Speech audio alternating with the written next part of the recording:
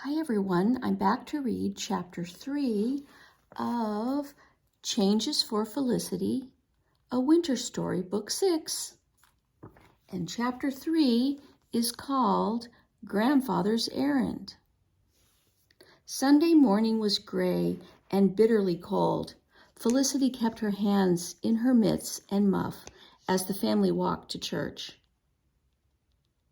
She held tightly to something special she tucked inside her muff to give to Elizabeth if she had the chance. She looked for Elizabeth in the churchyard, but did not see her. The service had just begun when a whisper swept through the church. Felicity looked around to see Mrs. Cole leading Elizabeth and her sister Annabel down the aisle.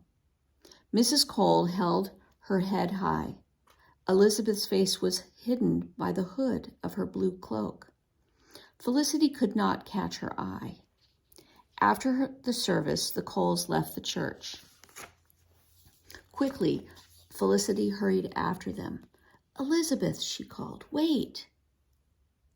Elizabeth turned around, but Mrs. Cole took her firmly by the hand and pulled her away.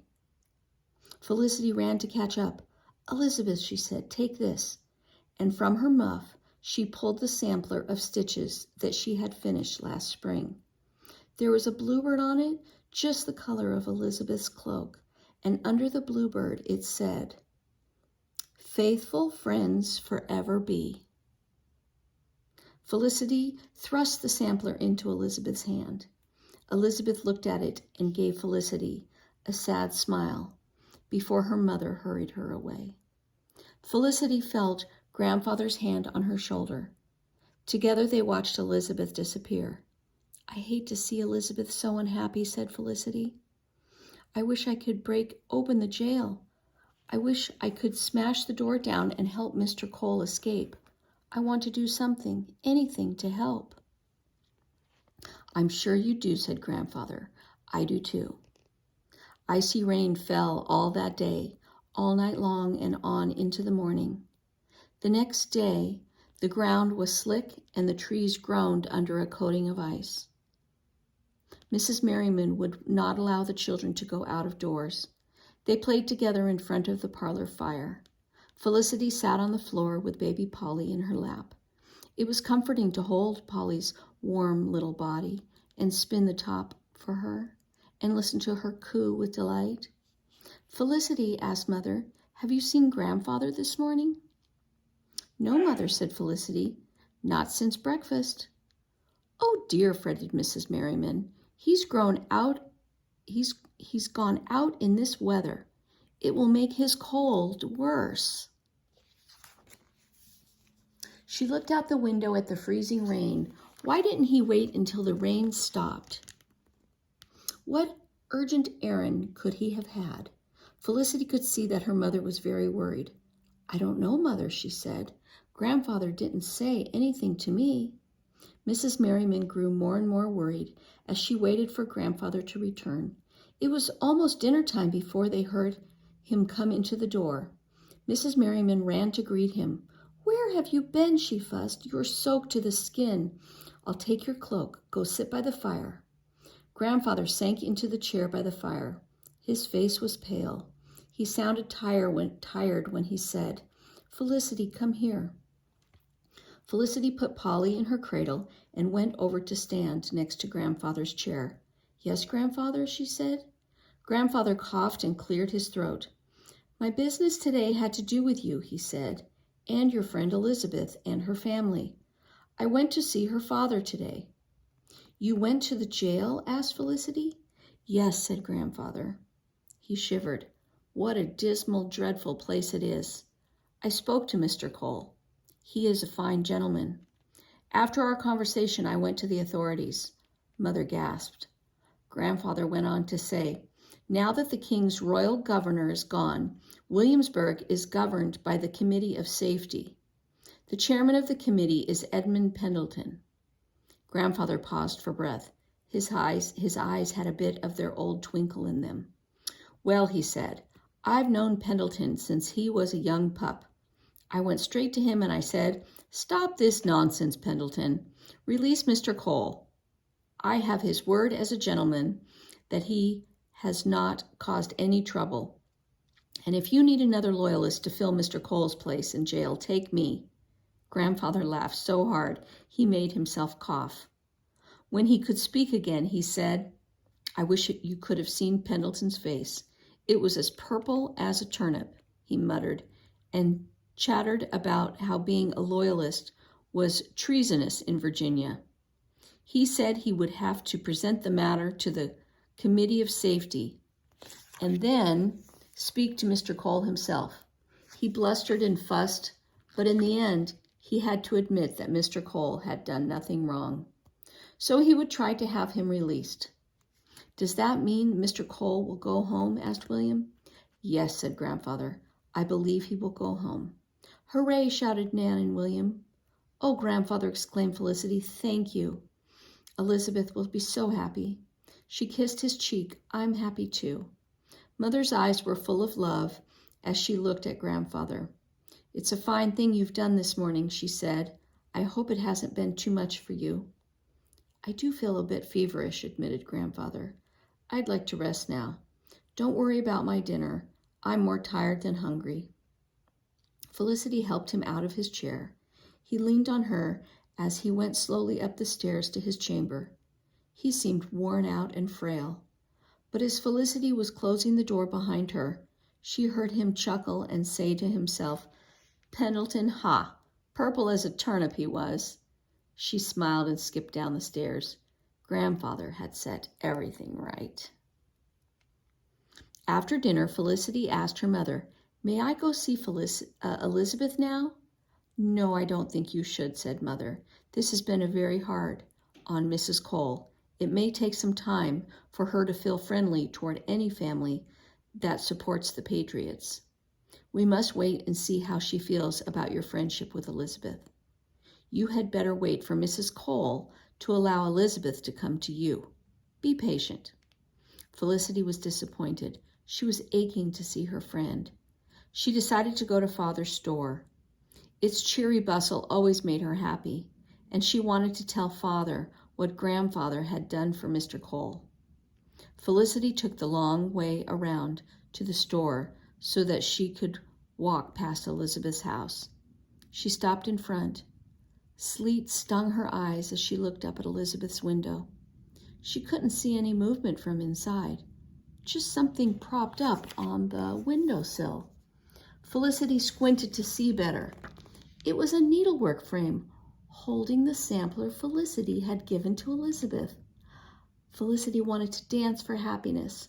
She knew Elizabeth meant the message for her. Faithful friends forever be. The next day, a pale winter sun shone, but it wasn't warm enough to melt the brittle ice coating the trees. Felicity was up early as she led Penny from her stall to exercise her. Ben came down from his room above the stable. Good morning, he said. How is Penny today? She's fine, said Felicity. Father said I shouldn't ride her. He thinks her foal will be born quite soon. Ben followed along as Felicity walked Penny around the stable yard. Well, he said with a grin, I don't know much about foals, but Penny is so big. I'd say your father is right. I'm glad you'll be here when it's born, said Felicity. If you had run away to be a soldier in General Washington's army, you'd never have known about Penny's foal. Ben looked serious. I promised your father I'd stay at the store until I'm 18, he said. I won't break my promise, but when that day comes, I'll go fight with the Patriots. I won't change my mind about that. Not ever. Felicity sighed. You're just as stubborn as Grandfather, she said. He'll never change his mind about the king. He'll always be a loyalist. Your grandfather and I will never agree, Ben said. He and Felicity led Penny back to the stable and into her stall. But I do respect him. I do too, agreed Felicity. But I'm so happy that he helped Mr. Cole. Grandfather made everything all right again, just as it was before. No, Lizzie, said Ben sadly. "Not even your grandfather could do that." But Felicity ran ahead of Ben to the house, so she did not hear him. "Where's grandfather?" she asked as she sat at the breakfast table. "His fever is much worse," said Mother, "and it's hard for him to breathe. Rose has mixed some molasses, vinegar, and butter for him to drink to ease the pain in his throat." Father and Mr. Galt, the apothecary, are with him now. Ben, Felicity, Nan, and William looked at each other. They knew by the way Mother spoke that grandfather was very ill. After breakfast, Ben left for the store. The children went into the parlor. They played quietly with Polly. Soon after Father and the apothecary left, Mother came into the parlor. Felicity could tell she had been crying. "Felicity," Mother said, "Grandfather is asking for you." Felicity hurried up the stairs and tiptoed into Grandfather's shadowy chamber. Grandfather was lying very still. His breathing was slow and his skin was ashy gray. Felicity stood next to him and took his hand. Grandfather opened his eyes. "Don't try to talk, Grandfather," said Felicity softly. "You just lie there and I'll read to you." Grandfather closed his eyes again. Felicity read from the Bible. "The Lord is my shepherd," she read, "therefore I lack nothing.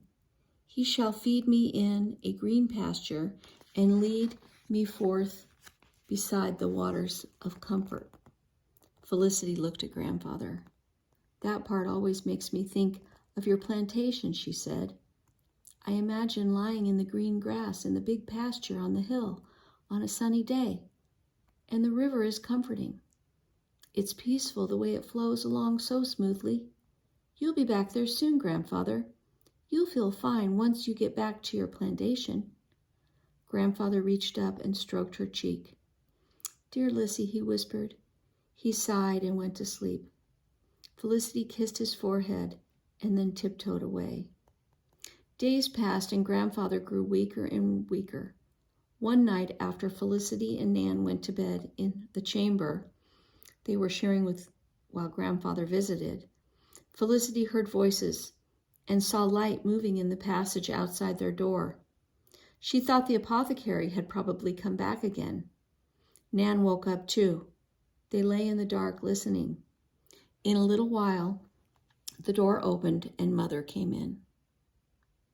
She put the candlestick on the table, sat on the bed, and took each of them by the hand. "My dear girls," she said in a shaky voice, "your grandfather died just a few minutes ago." Her voice faltered, and then she said softly, "He loved you both very, very much. God rest his soul." Nan cried bitterly. Felicity was silent as she clung to her mother. Her sorrow was too great to be eased by crying. Mother sat with Nan and Felicity until the sky lightened to gray and the last star disappeared. Okay, and that is the end of chapter 3, and next time we will read chapter 4.